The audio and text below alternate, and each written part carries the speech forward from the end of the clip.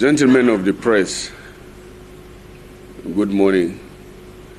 In reaction to what has happened to me, I reviewed several times, from beginning to the end, the interview I granted.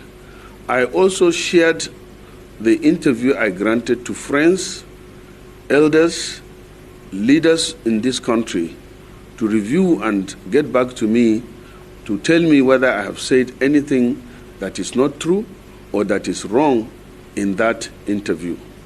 And unanimously, the people I shared with, and my conviction too, tells me that I did not do anything wrong. I did not say anything wrong. And therefore, I want to state that I stand by all my statements in the interview I granted. Secondly, the party that recommended to the Senate that I should be removed from being the chief whip of the Senate, I take that as an act of God, because if it is God that gave me that position, it is God that took it through APC, so I bear no grudges about that. After all, I did not contest to be the chief whip. I did not contest to be the vice chairman of appropriation committee. I contested to be the one of the senators of the Federal Republic of Nigeria. And alhamdulillah, God granted me that victory. And I'm happy with God, what God has given to me. This morning I shared with you, I am an ardent follower, historical follower of a former famous American President Theodore Roosevelt. I want you to state the quote that I say, but briefly, it says, it is unpatriotic to stand by the president in whatever he does. It is patriotic to speak the truth to not only the president, but anybody for that matter. It is unpatriotic not to speak the truth to power or to anybody, and I still stand by that. In doing so, it is also known that in Hausa, let me put it in Hausa, that Allah yana tare da mai gaskiya, that God is always with the person that speaks the truth. So I know that I'm not wrong, the people are not wrong by speaking the truth and standing by the truth. And I pray that the president, who now I expect the message that I've gotten to him, to look at what I have said and take appropriate measures to eliminate the sufferings of the people. People are suffering. People are suffering. People are angry. People are not happy. I'm happy that yesterday the president agreed with NLC to increase the salary to 70,000 naira, which is a good move. But it takes more than that, because realistically, that is like a bag of rice, a money that will maybe buy a bag of rice or cover the cost of bag of rice. So I encourage, or I call on to the president to still open up and listen to the people. The president, I knew, had infiltrated access to people. If you go to Borderland, as I said, you will see, you will know from far whether he's there or not. If you go to Lagos House in Abuja, if he's in Abuja, on turning, you will know whether the president is there or not. I think he should think about that and get back to it. Then, on me leaving the party, I'm a founding member of APC. In fact, I can say I was in APC before the national chairman, because I'm a member of the NPDP that formed the APC, joined the coalition that formed the APC. And I did not do that just like that. It is in consultation with my people that I joined APC. We were the 22 senators that joined to form APC. We were called NPDP then. And if you check history and look at the list of the senators, my name is number 21 out of 22.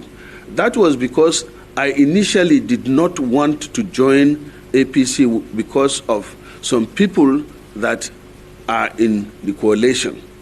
But I used this word, ordered by Buhari and current President Tinubu to sign to join the APC in Imo Government Lodge.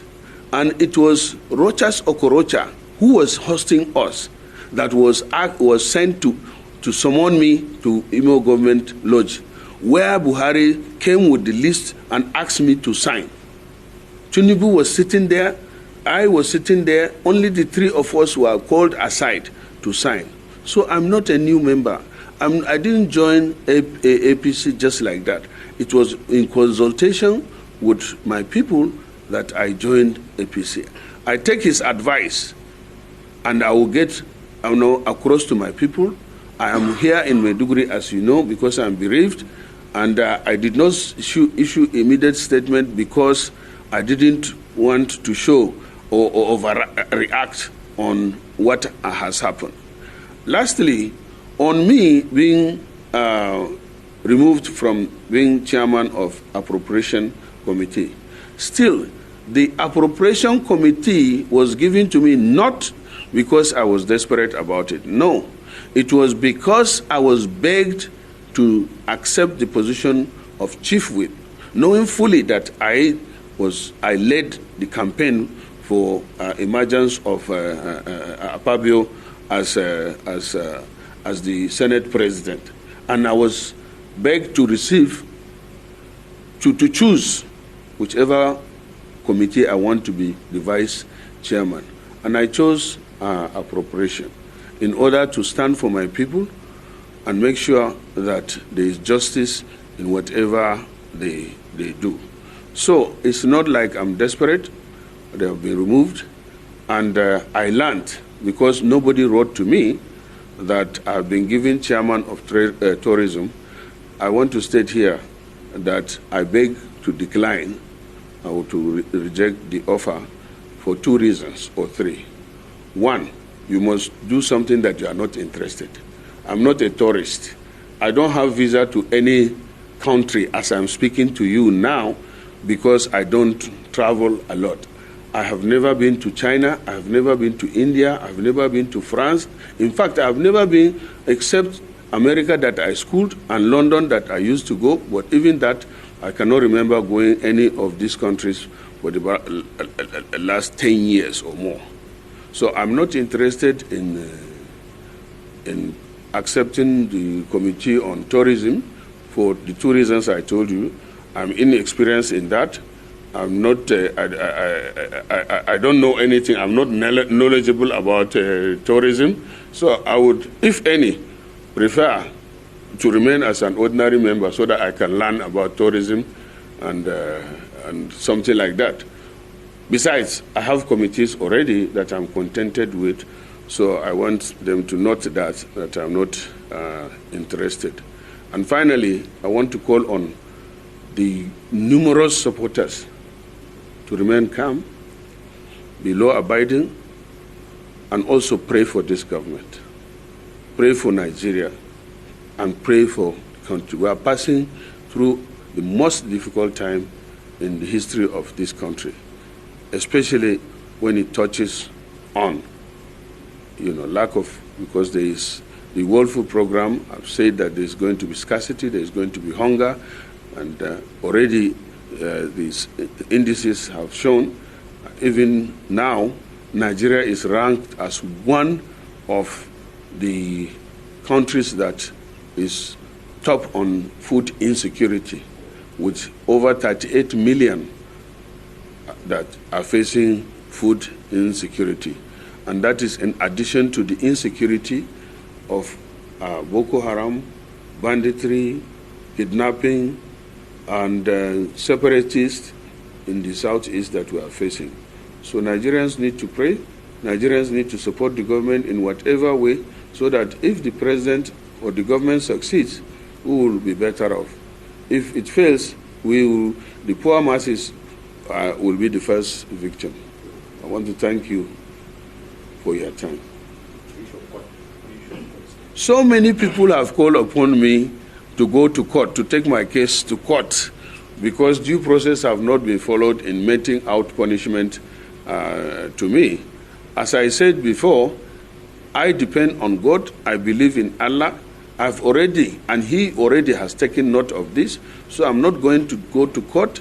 I leave this issue in the court of Almighty Allah. That is all I can say about people, and please, they should believe in God. It is God that does everything. Even if I go to court, it is God that will decide the outcome of the case. So I don't want to waste my time going to court.